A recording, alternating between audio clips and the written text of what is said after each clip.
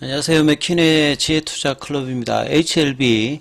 자, 5월 16일 퍼드파, 이제 골게이터 D-74일입니다, 오늘. 자, 리보세라님 FDA 승인을 앞두고 있는 상태에서 회사 관계자 이야기로 뭐 대형 투자자와 협상 진행 사항들도 지금 언론사에 좀 나오고 있고요. 그 다음에 상반기 중에 코스피 이전 예정 관련되는 기사도 나오고 있습니다. 이 부분 한번 살펴봐 드리도록 하겠습니다. 자, 오늘 뭐 일요일인데요. 일요일 날 이제 오전에 이제 나왔던 기사들, 이 코스피 이전 관련되는 이 코스닥의 탑 10에 들어가는 어떤 대형주들의 이전 관련되는 부분에서 기사들이 여러 기사가 나왔습니다.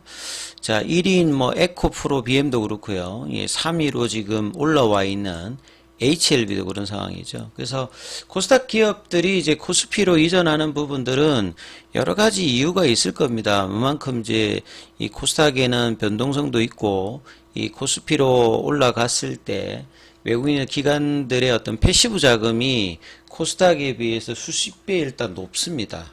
그러니까 이제 시가총액이 큰 기업들 아니면 시가총액이 계속 늘어날 수 있는 기업들 같은 경우에는 안전적인 어떤 수급을 통해서 자금 조달이라든지 기업 이미지 개선이라든지 특히 이 공매도 쪽에서 이제 많은 영향을 받았던 뭐 2차 전지라든지 뭐 HLB 같이 제약바이오에 속한 기업들 같은 경우에는 공매도 이제 금리 관련되는 부분은 있습니다만 이 코스피 이전을 했을 때 이러한 어떤 영향들도 영향을 미치기 때문에 주주 가치 어떤 제고 이런 여러 가지 이제 목적들을 가지고 이제 코스피 이전 관련되는 부분을 진행한다. 그래서 이전 상장 카드가 주가에도 이제 영향을 일단 미치는 어떤 흐름이라 봐야 되겠죠. 작년도에 이제 뭐 대표적으로 포스코 DX 같은 경우에는 텐베거의 흐름을 보였고, 물론 이제 뭐 코스피 이전하면서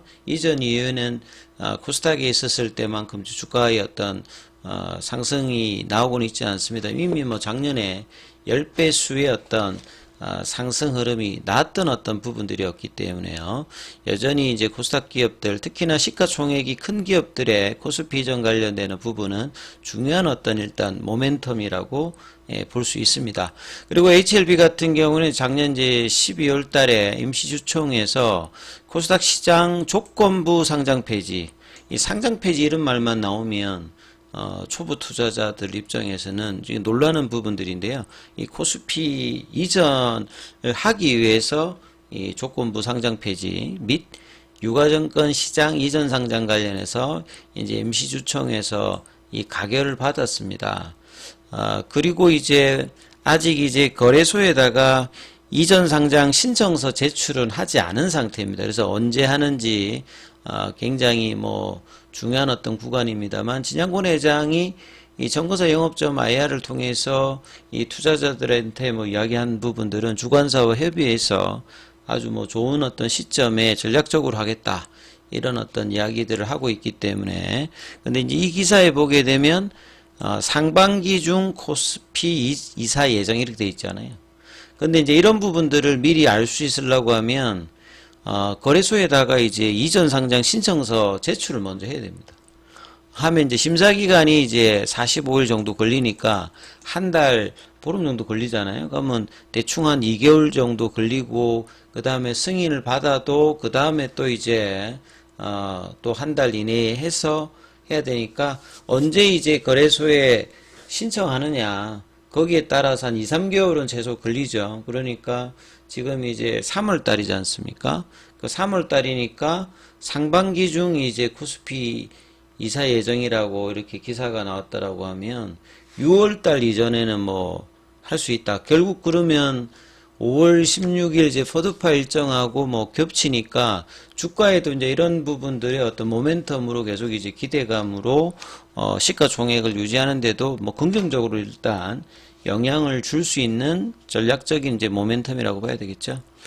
자, 코스닥 시장을 떠나기로 결심한 회사들은 대부분 기업 가치 제고입니다. 그러니까 높이겠다는 거죠. 예. 특히나 이제 코스피 200에 편입되면 패시브 자금의 유입이 코스닥에 있을 때보다 수십 배 일단 많습니다. 규모 자체가 일단 시가총액도 달라지고 들어오는 어떤 자금의 어떤 규모 자체가 수십 배 정도 차이가 납니다. HLB 같은 경우에는 이제 지금도 이제 시가총액이 10조가 넘어 있는 상태잖아요. 10조 한 6천억 대 정도 되기 때문에 지금 현재 이 코스피 시가총액 상위 이제 50위권 안에 들어가면 이 순위가 한 35위 정도 되거든요. 이 부분은 여러 번 제가 말씀을 드렸던 부분이고, 정기 변경이라고 하는 게 이제 6월달하고 12월달에 있습니다. 이 지수 편입 관련되는 부분. 근데 이제 특례 이제 편입 관련되는 규정이 있거든요. 이거는 이제 상장을 하고 난 다음에, 그러니까 신규 상장 종목들도 이렇고 이전 상장도 이제 신규 상장에 준하기 때문에요.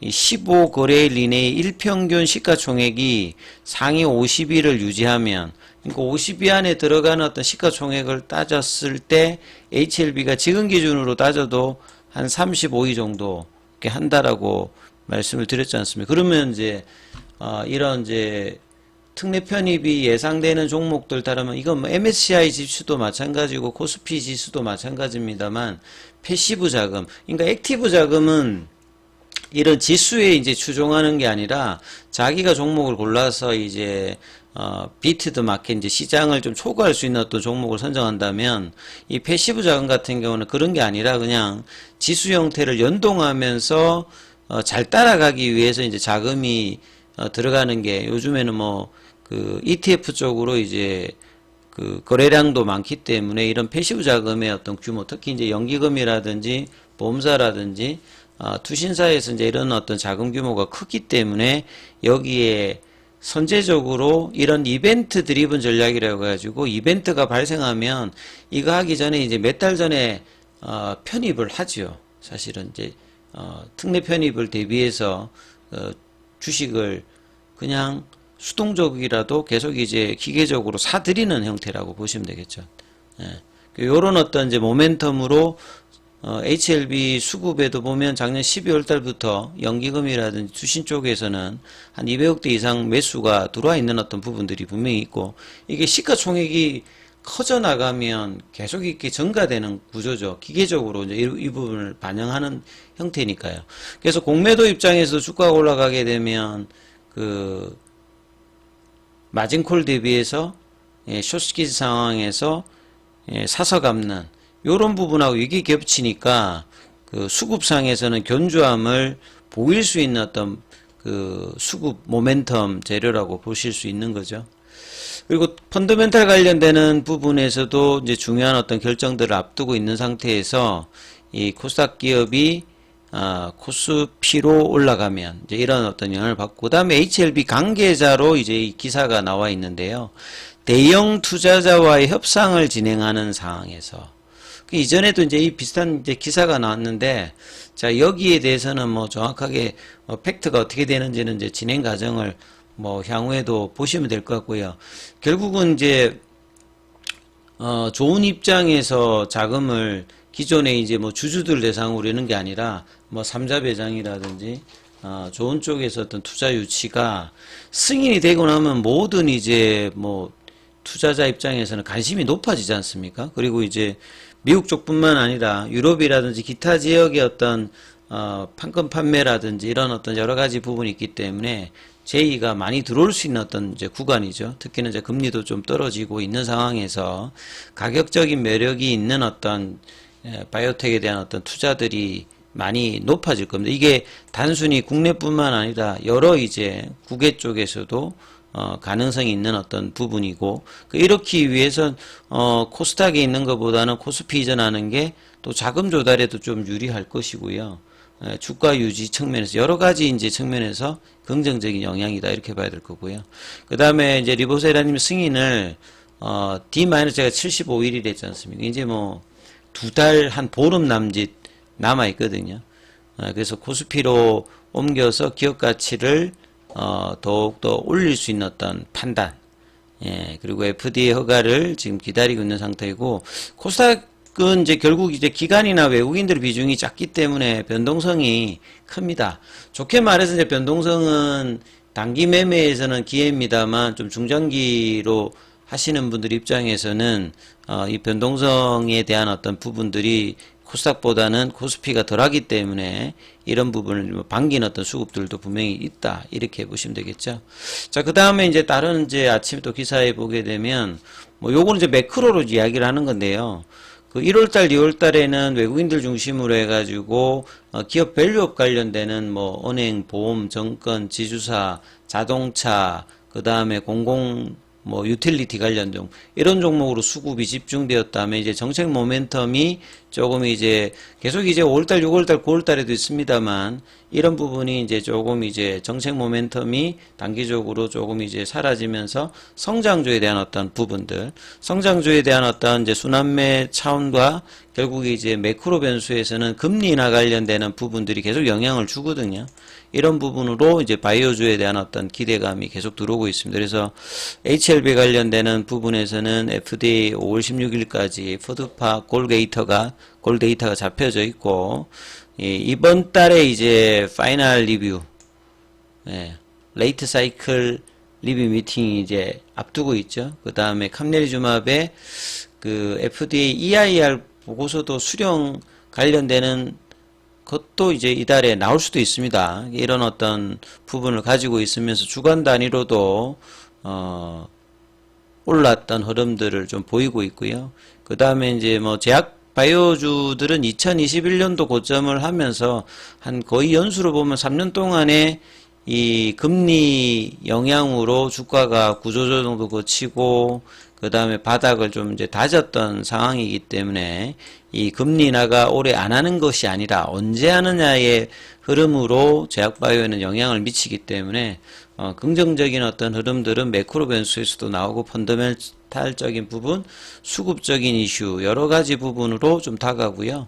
그 다음에 이제 뭐 이 4월달, 5월달에 상반기 중에는 이제 그 1월달에 JP모건 헬스케어, 그 다음에 이제 AACR 6월달에 아스코, 그 다음에 뭐 바이오 USA, 그 다음에 하반기에 이제 뭐 이렇게 이제 학계 모멘텀도 있기 때문에 제약바이오는 이제 국내에서 이제 상업화 성공이 된다면 세 번째 이제 성장 단계로 큰 폭의 어떤 이제 상승들도 지금 이제 이야기를 하고 있습니다.